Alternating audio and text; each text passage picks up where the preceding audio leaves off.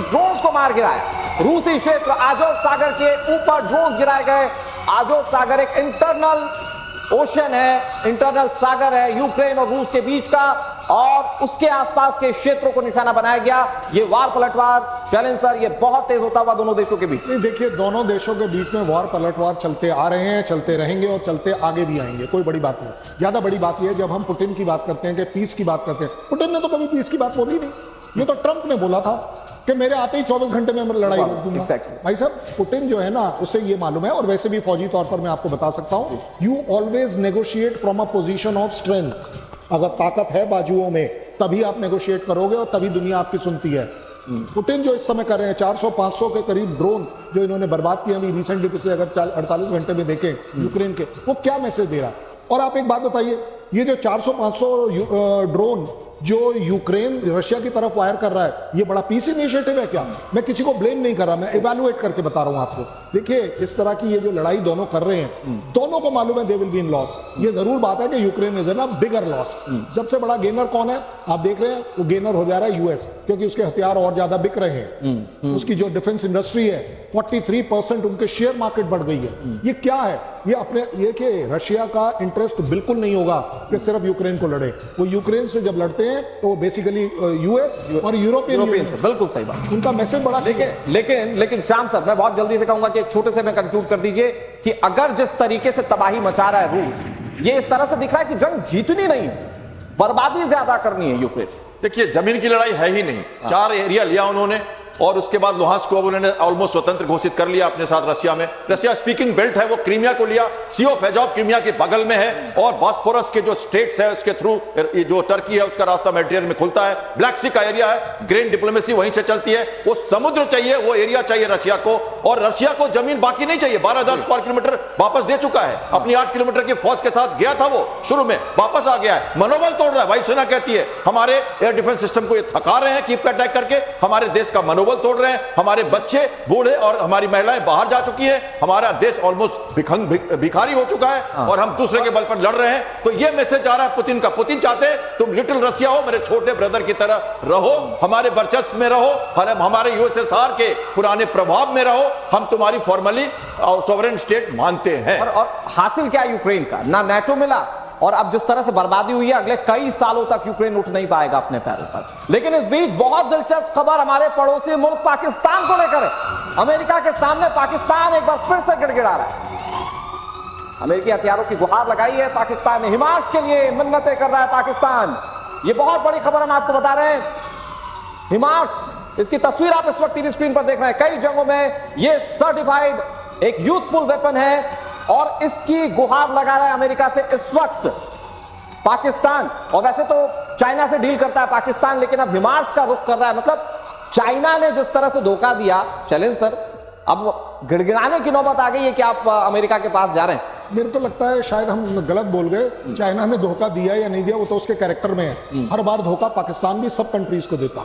ये वही कंट्री है जिसका यूएस के साथ उसके मतलब जिसको गोद में पले हैं, दूध पिया है उनका यूएस का, तब इतने बड़े हुए हैं। और अब आप देख रहे हैं हिमार्स का लेने का क्या मतलब है? बेसिकली ट्रंप है बिजनेसमैन, यूएस है बिजनेस इंडस्ट्री। वो उन्हें दिखाना चाहता है कि देखिए मैं भी एक मार्केट हूं, अगर आप दे दें तो बड़ी अच्छी बात है, देंगे। लेकिन ज्यादा बड़ी तकलीफ ये आएगी कि अगर आप हिमार्स लेते हैं तो चाइना क्या बोलेगा, और अगर हिमार्स लेते हैं तो यूएस आपसे क्या डिमांड करेगा? ये भी एक बहुत बड़ा सवाल है। तो मुझे नहीं लगता कि किसी भी एंगल से ये एक अपने आप में रियलिस्टिक परचेज और सेल है। ये एक स्ट्रैटेजिक पोस्चरिंग है कि हम आपके लिए एक ओपन मार्केट। ठीक है, लेकिन अगर पाकिस्तान गिड़गिड़ा रहा है हिमार्स के लिए, मैं अपने दर्शकों को यह बताऊं कि हिमार्स एक ऐसा मिसाइल सिस्टम है जिसमें 6 मिसाइलें एक साथ दागी जा सकती है, 300 किलोमीटर की रेंज होती है, और ये यूक्रेन को यूज करते हुए हमने देखा। बिल्कुल बिल्कुल। देखिए, ये हमारे जैसे हमारे मोटिव अगर समझाए कि पाकिस्तान क्या सोच रहा है इसको लेने के लिए। बिल्कुल, देखिए उनको भी ये चाहिए। जैसे हमारी पिचोरा मिसाइल है, बहुत इफेक्टिव मिसाइल है, और हम इनको टैंक के या उनके सैनिकों के विरुद्ध या उनकी मोबाइल जो बैटरी है या उनके जो फायर कंट्रोल सिस्टम्स हैं, रडार्स हैं, उनके ऊपर इनका ट्रैक कर सकते, सेफ है। इसमें व्हील लगी हुई आप देख सकते हैं, बहुत हाईली मोबाइल है, ये बहुत high rate of fire accuracy और सेफ है। एक जगह मारा और तुरंत मूव करके दूसरी जगह से मार सकता है, इसलिए वो वापस अटैक नहीं कर पाते और सेफ माना जाता है। हिमार्स इसलिए वर्ल्ड में फेमस है। हमारी पिचोरा मिसाइल इगला है, हमारी जैसे हमारे ओसा है, या हमारी नेवी में कहे तो जो बराक या हमारे आरबीयू 600 रशियन के रॉकेट्स हैं, रॉकेट लॉन्चर्स हैं, ये सब इस तरह के रॉकेट लॉन्चर्स इसके कंपैरिजन में है। और हिमार्स जो है एक तरह से वर्ल्ड प्रूवन जो एंटी जो कहते हैं ना टैंक बैकिंग हुआ और सैनिकों को मारने के हुआ, तो भूमि में सुरक्षित प्रेसिजन के साथ कॉस्ट इफेक्टिव और वर्ल्ड प्रूवन अभी माना जाता है। और यूक्रेन ने जब इस्तेमाल किया तो उसकी ताकत तो पूरी दुनिया देख चुका है। खैर, बहुत इंटरेस्टिंग चीज मैं आपको बताता हूं, पाकिस्तान हथियार के लिए गिड़गिड़ा रहा है लेकिन अंदर खाने की बगावत वो नहीं झेल पा रहा है। उत्तरी वजीरिस्तान में मीर अली में बगावत की खबर है। 5 लाख से ज्यादा लोग यहां इकट्ठा हुए, पाकिस्तानी सेना के खिलाफ आवाम में काफी गुस्सा, झूठे ऑपरेशंस के खिलाफ नारा बुलंद किया। झूठे ऑपरेशंस यानी कि भारत ने मारा और पाकिस्तान कह रहा था नहीं भाई साहब हम जीत गए। तो अब लोगों का गुस्सा शैलेंद्र सर इस तरीके से सामने आ रहा है, जो वजीरिस्तान में लोग सड़कों पर उतर आए। नहीं, बट आप जो बोल रहे हो वो तो ठीक बात है, वो जीत गए ना भाई, जान बची तो लाखों पाए, जान तो बच गई 4 दिन के बाद। देखिए लोगों का जितना वो उन लोगों की जीत तो सर 2 वक्त की रोटी में भी है। नहीं, अब आ रहा हूं मैं लोगों का, आवाम पर, क्योंकि आवाम देख रही है कि इन सब चीजों का फायदा घाटा क्या है। आवाम के ऊपर सारी बात आ रही है। आपको क्या लगता है 300 रुपए किलो आटा वो फील्ड मुनीर के जेब से जा रहा है? ये इस आवाम के पास से जा रहा है। आवाम अब चाहती है जानना, जिसको हम बोल रहे थे डेमोक्रेसी, ये बोलते हैं करवट ले रहा है डेमोक्रेसी अपने आप में, कि कब तक सहोगे, कितना सहोगे। इन्फ्लेशन देखिए आपका कितना जा रहा है, आप अचीव क्या कर रहे हैं। सबसे बड़ी बात यह है, 4 दिन बोल दीजिए लड़ाई के, 2 दिन बोल दीजिए, आपने अचीव किया क्या? चलिए आपने बोल दिया कहीं एक जहाज गिर गया, 2 जहाज गिर गया, वेल दैट डजंट मैटर। आपका क्या गिरा? आपने क्या गिरवा लिया? आपने 9 टेररिस्ट कैंप गिरा लिए, चलिए वो आपको भी तंग करेगा। आपने अपने 11 एयरफील्ड बर्बाद कर लिए। क्या आपको लगता है ये कम है? और इसका खर्चा, इसका जो भी खर्च है उसका खमियाजा कौन भुगतेगा? ये जनता भुगतेगी, क्योंकि इसे मालूम है कि अपने आप में सिर्फ और सिर्फ डेमोक्रेसी बोलने से नहीं आती, ये ग्राउंड आज डिमांड कर रहा है। हाँ, लेकिन श्याम सर, जब पाकिस्तान का जिक्र होता है मतलब अपने आप हंसी आ जाती। प्रतिशोध में हम लोग वॉर की बात करते हैं, पाकिस्तान का जिक्र होता है अपने आप हंसी आ जाती। भाई इनके घर में खाने को नहीं, ये जा रहे हिमार्स ढूंढने के लिए कि हिमार्स हमें मिल जाए, वो भी उधारी पे ही लेंगे ये लोग, लेकिन अपने घर की बगावत ये लोग नहीं झेल पा। अंधेरी रात में किसी दिन कोई चोर आ जाए घर में तो गरीबी की कसम बड़ी शर्मिंदगी महसूस होती है। क्या दें उसको? देखिए पाकिस्तान की हालत तो सबको पता है, और एक तरह से भिखारी की तरह ये घूमते रहते हैं। इनके तो जनरल्स कभी कहीं जाते हैं। पुराना इतिहास है, पिछले 3-4 सालों में कई बार अमेरिका में जा चुके हैं भीख मांगने के लिए। लेकिन जहां तक मैं बात करूं जमहूरियत की, जो डेमोक्रेसी होती है, वहां के लोग जब खुद कहते हैं कि ये दहशतगर्द हमारी आर्मी है, बेकार का लड़ाई कर रही है, ऑपरेशन सिंदूर करके लुटा दिया हमको, जहां हम पहुंचे थे वहां से भी पीछे आ गए और चारों तरफ फिर हम हाथ पैर मार रहे हैं, ये खरीद रहे हैं, वो खरीद रहे हैं। इनके पास पैसे आते कहां से? ऑब्वियसली पीछे से बैकहैंड से सपोर्ट कोई और दे रहा है। ये चल नहीं सकता सर्किल। जब तक आप डिपेंडेंट नहीं हो अपनी कंट्री पे, तो आप कैसे इतना बड़ा आर्म कंट्रोल कर सकते हो या इंपोर्ट कर सकते हो? तो ये जो जनता उनको समझाएगी और उनको अपना रास्ता खुद दिखाएगी। मैं आपको लास्ट पॉइंट कह दूं, अंडे को बाहर से फोड़ने की जरूरत नहीं है, अपने आप फूटेगा, अच्छा जीव निकलेगा, शायद समझ जाए। ठीक है, मुझे अगली ब्रेकिंग लेनी है। एक बड़ी खबर आ गई है, लेकिन शैलेंद्र सर मैं चाहता हूं 10 सेकंड में आप ये बताइए, वहां पर लोग अगर बगावत कर रहे हैं तो क्या आर्मी के खिलाफ लोग जाग उठे या अपने ऊपर पड़ रही मारों की लोग ये बदला लेने पर ये सड़कों पर उतरे? ये बात सच्चाई से इवैल्यूएट जरूर करी जा सकती है कि आवाम जो है वो हताश है, वो जिसको बोलते हैं ना उसके पास कोई चॉइस नहीं है। मैं आपको आज बता दे रहा हूँ, पाकिस्तान आर्मी इसे भी कंट्रोल कर ले, ऐसी कोई बड़ी बात नहीं है। मार पिटाई कर देगी, वो तो वो वाली कंट्री है जो अपने देश में हवाई जहाज से लोगों के ऊपर अटैक भी कर सकता है, कोई बहुत बड़ी बात नहीं है। ये आप देखेंगे कि आवाम जब तक पूरी तरह से नहीं जगेगी अपने आप में, ये सो कॉल्ड उनका प्रतिशोध जो है अपनी ही सरकार के खिलाफ पूरा नहीं हो पाए। ठीक है, और पाकिस्तान से बड़ी खबर यह है कि बिलावल भुट्टो के घर पर हमला किया गया। हाफिज मसूद के खिलाफ बोलने की सजा, हाफिज मसूद को सौंपने की बात बिलावल भुट्टो ने की थी। ये वो बिलावल भुट्टो है जिसने खून की नदियां बहाने की बात कही थी, लेकिन जब औकात पता चली तो इस बात पर राजी हुआ कि भाई आतंकियों को सौंप दिया जाए। लेकिन ये वहां के लोगों को नागवार गुजरा। पाकिस्तान हाफिज सईद को सौंपने के लिए तैयार है, बशर्ते भारत प्रक्रिया में सहयोग करे। ये बयान था जो मैंने कोट किया बिलावल भुट्टो का, और उसके बाद लोगों का गुस्सा फूट पड़ा। ये आतंकियों को, पहले मैं आतंकियों पे बात करना चाहता हूं सर, उसके बाद फिर हम लोग बात करेंगे बिलावल भुट्टो की। आतंकियों को सौंपने की बात करना श्याम सर, इसका मतलब यह है कि पाकिस्तान को अब उसकी हैसियत पता चल चुकी है, उसे पता चल चुका है कि भारत क्या नेगोशिएट करेगा, उसके बाद जल संधि जो है वो शुरू होगी। घुटनों पर है पाकिस्तान टोटल। बिलावल जो है ना, दो भाषिया बात करते हैं, कभी कुछ कहते हैं कभी कुछ कहते हैं। आप कह रहे हो कि ये टेररिस्ट है, इसको हैंडओवर करेंगे, मान लिया आपने, पहले मान लिया आपने ये टेररिस्ट हैं दोनों के दोनों। हमारे जो संसद पे अटैक हुआ, हमारा जो 26/11 हुआ, हमारा जो पुलवामा हुआ, आप मान रहे हो और आप कहते हो कि हम इनको सौंपने के लिए तैयार हैं। और फिर क्या कहते हो? आप कहते हो आप बता दो है कहां वो, और फिर कहते हो अफगानिस्तान में है। तो आप कैसे हैंड ओवर कर दोगे? अरे आपको क्या प्रॉब्लम है? और एक और बात कहते हो कि हमारी प्रक्रिया में आपको आना पड़ेगा, हमारी लीगल जो प्रोसेस है उसमें जाना पड़ेगा, आपके लोग यहां आके गवाही दें और हम जो आपको सुनाएंगे वो सुनना भी पड़ेगा। आप कह क्या रहे हो? ओवरऑल क्या पिक्चर डेवलप कर रहे हो? आप खुद ही अपनी बातों को काट रहे हो। कहां है ये मालूम नहीं, आपके कंट्रोल में मालूम नहीं। टेररिस्ट मान लिया है उसको, और अपनी प्रक्रिया में कैसे लाओगे? आप ले आओ ना अफगानिस्तान से, पहले अपने कंट्री में तो लाओ, शुरू तो करो प्रोसीडिंग्स, अपनी मोटिव तो दिखाओ, अपना चेहरा क्लियर तो करो। क्या कह रहे हो? पाकिस्तान एक्सपोज इस तरीके से हो जाता है कि जब वो बात भर करता है कि हम आतंकियों को सौंप देंगे, तो उसके अंदर खाने आतंकी बिलबिलाने लगते हैं और विरोध करने लगते हैं। खैर, एक बड़ी खबर आपको बता देते हैं, किराना हिल्स पर हमले का सबसे लेटेस्ट वीडियो सामने आया। ऑपरेशन सिंदूर के दौरान अटैक का वीडियो, जहां वीडियो में धुआं और विस्फोट दिखाई दे रहा है। किराना हिल्स पर पाकिस्तान में जो हमला हुआ था, उससे पाकिस्तानी इतने खौफजदा थे कि घुटनों पर आए और भीख मांगने लगे सीज़फायर की। वो खुद कटोरा लेकर गए अमेरिका के पास, भारत से उन्होंने बात की, नेगोशिएट करने की गुहार लगाई और उसके बाद सीज़फायर हुआ।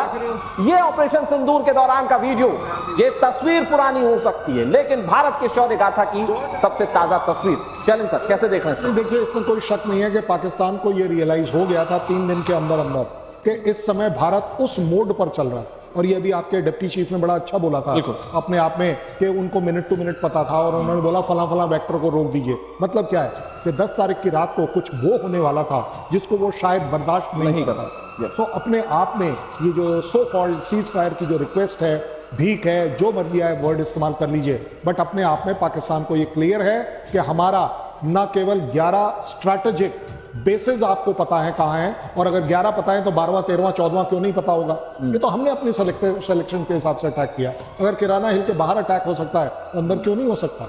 सब कुछ हो सकता है, उसमें कोई डाउट नहीं है। बट ज्यादा बड़ी बात यह है कि पाकिस्तान रियलाइज करता है कि यस, अगर आज हम वो जो भी हैं, जिस भी लेवल पर हैं, वो किसी पॉइंट ऑफ व्यू से इंडियन आर्मी के सामने खड़े नहीं हो सकते। सिर्फ और सिर्फ डिस्ट्रक्शन है। आंख दिखा सकते हो, सेलिब्रेट कर सकते हो, बट अपने आप में अपने लोगों को खुशी दे सकते हो, खुशी भी नहीं, डरा सकते हो। Yes, exactly. ये पाकिस्तान कर सकता है, लेकिन इससे ज्यादा कुछ उसके हाथ में नहीं है। किराना हिल्स बहुत स्ट्रेटेजिक जगह है डिफेंस के लिहाज से पाकिस्तान की, और वहां भारत ने पहुंचकर तबाही मचा दी थी। इधर राफेल को बदनाम करने के पीछे चीन है। फ्रांस की खुफिया रिपोर्ट में बहुत बड़ी बात सामने आई। ऑपरेशन सिंदूर के बाद डर्टी कैंपेन चलाया गया, 1000 नए सोशल मीडिया अकाउंट से कैंपेन चलाया गया। पाकिस्तान ने 3 राफेल विमानों को मार गिराने का दावा किया था। भारत ने फ्रांस के साथ डील करके राफेल खरीदा था, और भारत और फ्रांस ने राफेल के गिरने की खबरों को खारिज कर दिया था। लेकिन जो प्रोपेगेंडा चलाया गया था शाम सर, चाइना खुलकर सामने आ रहा है कि चाइना था उसके पीछे, कई सारे फेक अकाउंट्स और उसमें फर्जी वीडियो सर्कुलेट किए गए। ये बताया गया कि राफेल को कैसे गिराया गया। जितनी बातें फाइटिंग में हो रही हैं, जितना स्टेज पे प्ले हो रहा है, फिजिकल जो हम देख रहे हैं, उससे ज्यादा ग्रीन रूम में नैरेटिव चल रही है। अदृश्य जो शक्तियां हैं ना, अदृश्य वार जो है, वो ज्यादा आज लड़ा जा रहा है। साइ वॉरफेयर, इंफॉर्मेशन वॉरफेयर का ज्यादा महत्व है। बोल बोल कर मार रहे हैं, हम यहां मारेंगे तुम बचा लेना, यहां मारेंगे तुम बचा लेना। देखो कैसे लड़ाई हो रही है, कई एग्जांपल्स हैं इसके। आप यूक्रेन में देखो या यहां देखो, सब कुछ पता होता है और बाद में उसको सेट करते हैं, ये मामला नैरेटिव बना के सेट करते हैं। तो ये राफेल की बात है, हम न करें तो अच्छा रहेगा। क्या जरूरत है आपको समझने की, हमने कौन सी टैक्टिक्स अपनाई, हमारे डीजी एमओ ने, डीजी एनओ ने और डीजी एयर ऑपरेशन ने अच्छी तरह आपको समझा दिया था। हमारे सीडीएस ने सिंगापुर में आपको बता दिया था। हमारे कैप्टन शिव कुमार ने आपको इंडोनेशिया में बता दिया है कि हम क्या करते हैं, कैसे करते हैं, हमारे क्राफ्ट किस टैक्टिक से यूज किए जाते हैं। हमारे कॉम्बैट एयर पेट्रोल में 7 मई से पहले की बात करो ना, 24 अप्रैल से लेकर 6 मई के रात के 1 बजे तक 100 जहाज हमारे, शहबाज शरीफ का बयान है, 100 जहाज हमारे कॉम्बैट एयर पेट्रोल पे पूरे के पूरे लगे हुए थे। हमारा विक 29 समुद्र में, हमारा पीएटआई अपने आईसीपीआर ने नोटिस भी किया था, हम वहां लगे थे। और ये वेक्टर की बात कर रहे हो, कौन सा वेक्टर आपको पता था? Pull back, lieutenant general Rahul Singh ने कहा है, pull back your vectors. Pull back क्या था आपको पता होना चाहिए, हमने तो अस्तीने भी अभी नहीं मोड़ी थी। राजनाथ सिंह का बयान, वो वेक्टर जो आने वाला था 40 सेकंड में ब्रह्मोस, 80 ब्रह्मोस, 16 एक डिस्ट्रॉयर में, समझिए आप जरा, और 20 वॉरशिप खड़े थे, वहां से अटैक मारने वाले थे हम आपको, आप लुट जाते। और जैसा शैलेंद्र सर ने कहा कि भाई अभी हो सकता है कि हम कुछ ऐसा करने वाले थे जो पाकिस्तान बियर ही नहीं कर पाता और इसीलिए फिर गिड़गिड़ाने लगा कि भैया सीजफायर हो जाए। एक बड़ी खबर और अपने दर्शकों को बता देते हैं, यूरोप के लिए खतरे की घंटी है। यूरोप से 7 गुना ज्यादा हथियार बना रहा है रशिया।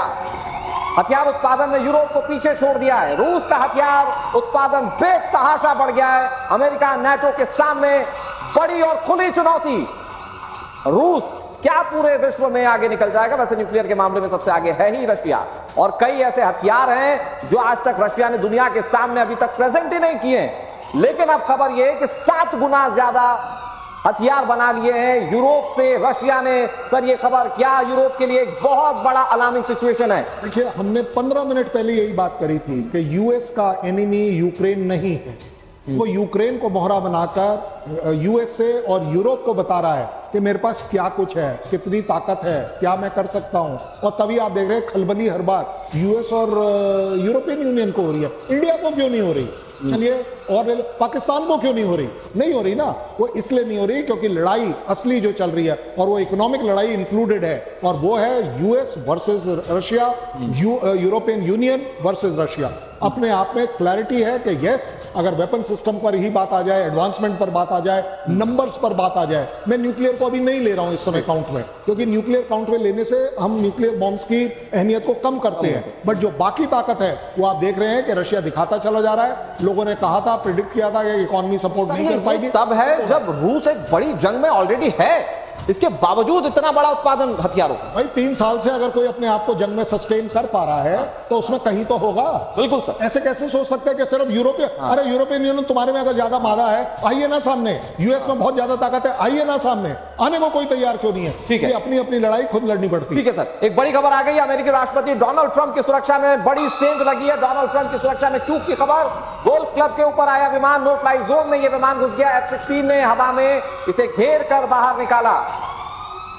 ये विश्व के पर्सन नंबर 1, उनकी सुरक्षा में ये बड़ी सेंध। श्याम सर, ये अकस्मात हो सकता है, गलती से हो सकता है, या जानबूझकर किया गया हो सकता है? जानबूझकर तो नहीं किया गया होगा, ये अकस्मात हो सकता है, क्योंकि ऐसे फ्लाइंग में जैसे एज ए पायलट में ये एक्सपीरियंस बता सकता हूं कि ऐसी चीजें हो जाती हैं, हालांकि होनी नहीं चाहिए। और जैसे हमारे ड्रोन्स आ जाते हैं, अब कौन सा विमान था इसकी एग्जैक्ट जानकारी हमारे पास नहीं है, पर उनके पास जो सिक्योरिटी मेजर्स हैं, उनका एयर डिफेंस आइडेंटिफिकेशन जोन है, जो उनके एयरक्राफ्ट स्क्रैम्बल किए जाते हैं, ऑपरेशनल रेडनेस प्लेटफॉर्म पे रखे जाते हैं, और ऐसी सतर्कता बरती जाती है कि आसपास के एयरबेसेस कवर करते हैं उनको। उन्होंने एक जो स्टैंडर्ड ऑपरेटिंग प्रोसीजर है उसके हिसाब से स्क्रैम्बल किया होगा ये फाइटर जेट्स को, F-16 को, और उसको एस्कॉर्ट करके बाहर किया होगा। ठीक है सर। इस बीच एक बहुत बड़ी खबर आ गई है। डोनाल्ड ट्रंप और सऊदी के मंत्री की गुप्त मुलाकात पर बहुत बड़ा दावा किया जा रहा है। सऊदी के रक्षा मंत्री खालिद बिन सलमान ने ईरान पर एयर स्ट्राइक के लिए बधाई दी।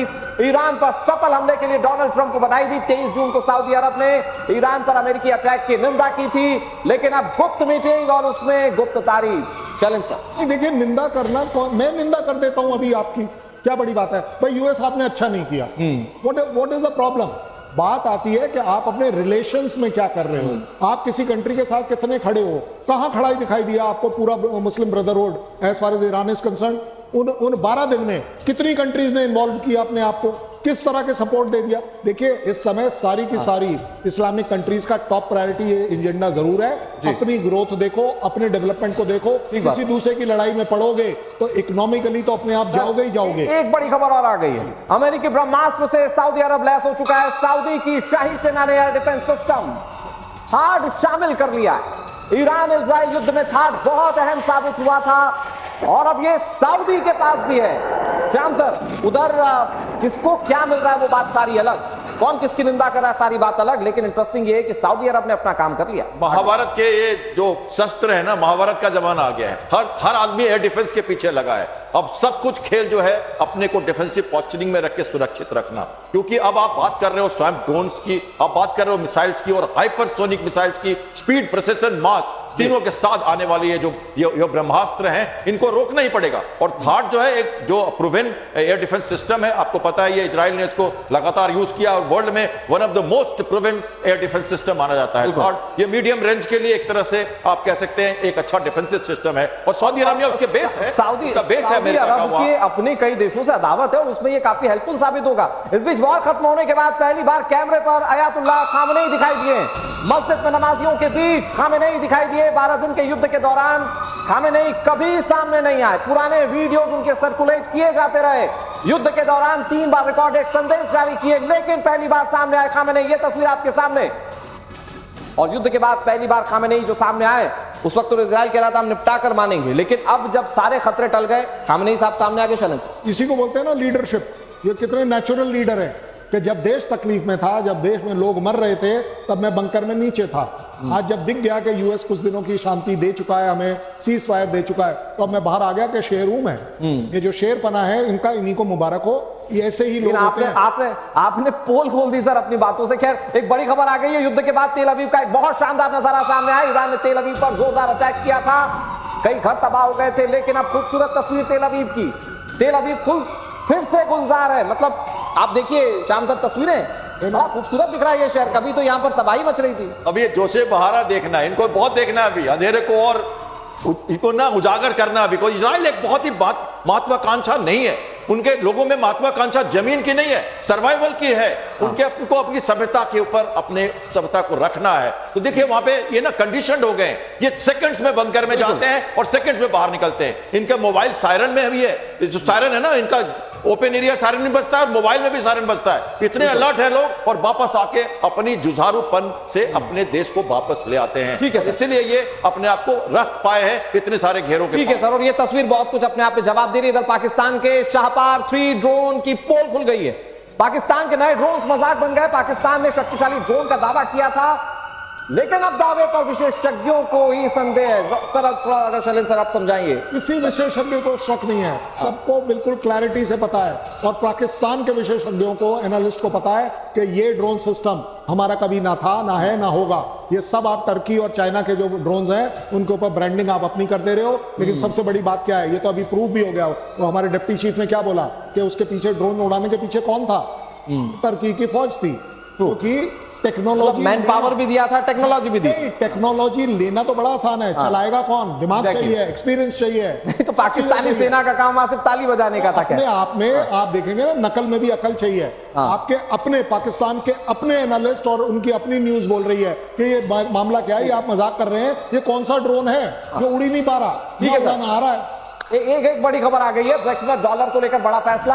ब्राजील के राष्ट्रपति की अपील, डॉलर के प्रभुत्व को कम करना जरूरी है, नई व्यापार मुद्रा जरूरी है, ये लूला डी सिल्वा कह रहे हैं। साझा मुद्रा विकसित करनी चाहिए।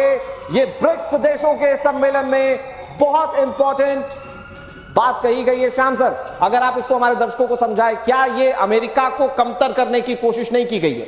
देखिए, चाइना भी है उसमें, रूस भी है उसमें, ये 2, और भारत भी है उसमें, ये 3। अब ये बड़े शक्तियां हैं एक तरह से।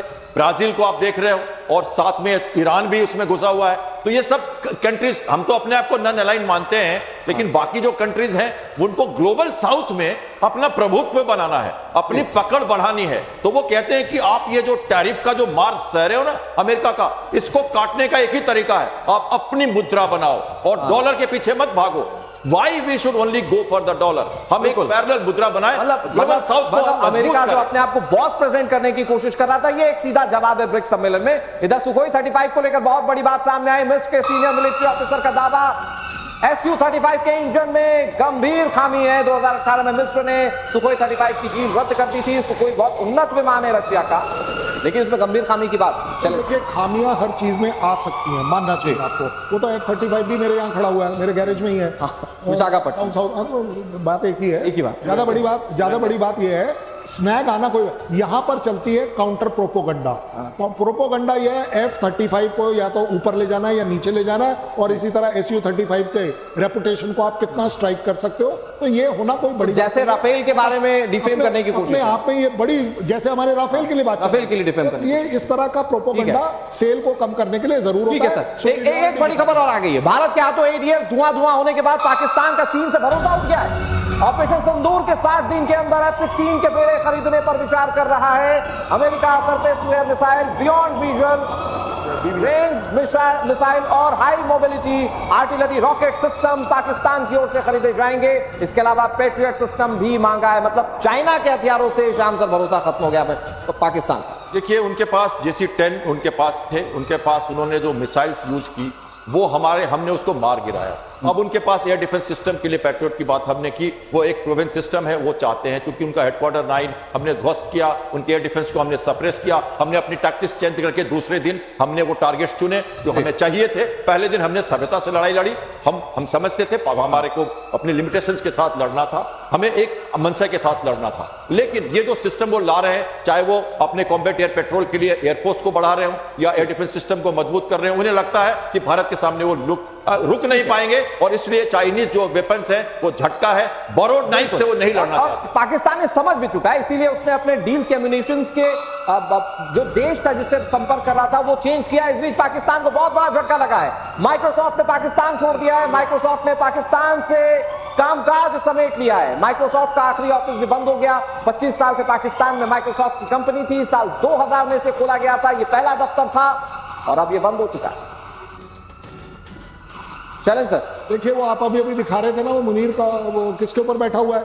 अब इस कंट्री में कौन चलेगा आप बताइए भाई। जिस कंट्री की अगर बेसिक इकोनॉमी और कैरेक्टर गधे वाला है और एक चीफ उस पर बैठकर काम कर रहा है, अपने आप में आप देख लीजिए कौन क्या करेगा या क्या नहीं करेगा। ज्यादा बड़ी बात ये नहीं है, बड़ी बात ये है कि कंट्री की इकोनॉमी इफेक्ट होगी। अब आप देखेंगे कि अगर एक इस तरह माइक्रोसॉफ्ट जैसी कंपनी आपके यहाँ से जाती है, आप ये समझ लीजिए हजारों करोड़ों रुपयों का आपका जो बिजनेस है वो कम डाउन होता है। हाँ। तो अपने आप में आपके लिए लेकिन घातक है। फिर सवाल ये है कि फिलहाल सवाल ये है कि भाई टेक्नोलॉजी और पाकिस्तान का क्या काम है। फिलहाल ये तस्वीर जरा आप देख लीजिए, दर्शकों को दिखाते हैं। तो ये एआई जनरेटेड वीडियो है, लेकिन पाकिस्तान की स्थिति यही है। भाई एआई जनरेटेड है, सच्चाई पर तो है। बिल्कुल सर। पहली बार मैंने देखा है 2 कटोरे वाला, क्योंकि शहबाज शरीफ ने मना कर दिया कटोरा उठाने के लिए। जिम्मेवारी किसी और ने ले ली। ठीक है सर, एक बड़ी खबर आ गई है। भारत से स्वदेशी ड्रोन से पाकिस्तान काप उठाए। ALS-250 की जद में पाकिस्तान के सैन्य ठिकाने। ALS-250 लंबी दूरी का लोइटरिंग म्यूनिशन है और पाकिस्तान सीधे रडार पर है। ALS-250 सर कैसे समझाएंगे दर्शकों को? श्याम सर, ये यूएवी है जो टाटा की जो कंपनी है वो बनाती है इसको। और ये देखिए लॉटरिंग म्यूनिशंस का मतलब है कि हम यहां से लॉन्च करें 120 मिनट तक, या आप जैसे जा सकते हो 2200-400 किलोमीटर, जो आपकी जरूरत है, जो आपकी जो रेंज है उसके हिसाब से आपने बनाया। बहुत ही कॉस्ट इफेक्टिव, 5 से लेके 8 केजी तक का बारूद लेके जा रहा है वो, और जाके वहां पर लॉटरिंग कर सकता है, रुक सकता है और जरूरत पड़ने पे ध्वस्त कर सकता है टारगेट को। तो ये बहुत जरूरी है क्योंकि आपको इन्वायरमेंट देखना है, रुक के मारना है। ठीक है सर, तो वक्त इतनी